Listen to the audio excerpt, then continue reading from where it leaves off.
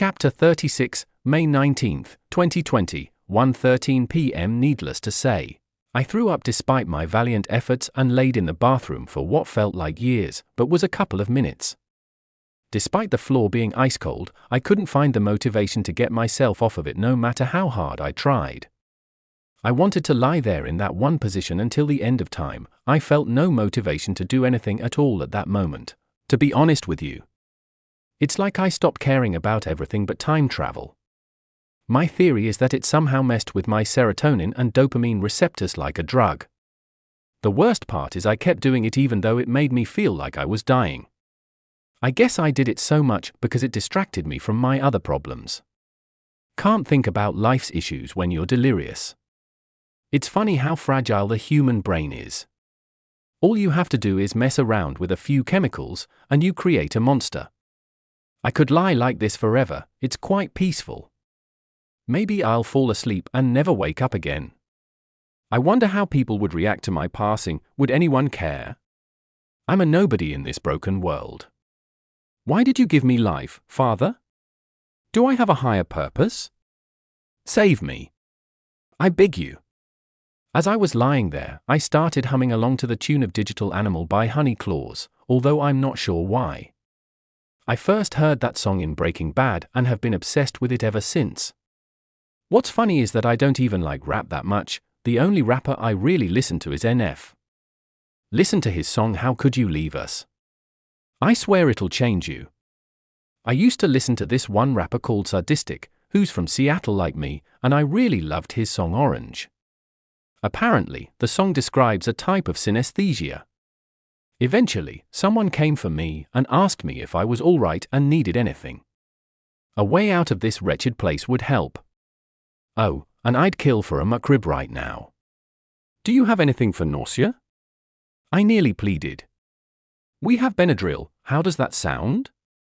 Does it work? That's all that matters to me, I asked, groaning. I think so, but I'll check. Did you force yourself to throw up? He asked, looking right at me. No, there was something wrong with the food. I guess my stomach didn't like it or something.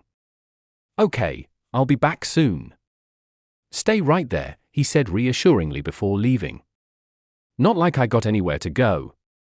While he was gone, I stared at the bathroom walls in absolute boredom. They were the most boring color of them all, beige. If there were a trophy for the most boring walls ever, this bathroom would have taken first place. I was so bored, I almost wished I could watch grass grow. After what felt like centuries, the man returned and handed me a single pink pill with water. The medicine was a most horrid neon pink color. Looking at it was enough to make my eyes burn. Thanks, I said before drinking it down. Thankfully, the pill itself was tiny, so it wasn't a struggle, unlike most drugs, of course. Just a warning, though. Benadryl can make you exhausted. If you start feeling drowsy, then I recommend you get some sleep instead of fighting it. Wait, so I can operate heavy machinery then? I joked. Not a chance, he said with a chuckle before walking away. I eventually got up off the floor and went to my bed, where I sat down. In about 15 minutes, I started feeling the worst drowsiness come over me. I was sedated, but not in a good way. I fought against falling asleep as much as I could, but eventually, I felt so damn uncomfortable that I gave in and went to sleep. Benadryl also makes my stomach hurt like crazy every time I take it. Like I said, my stomach is weak. ******, I am walking in what looks like an apocalyptic landscape devoid of plant life in my nightmare.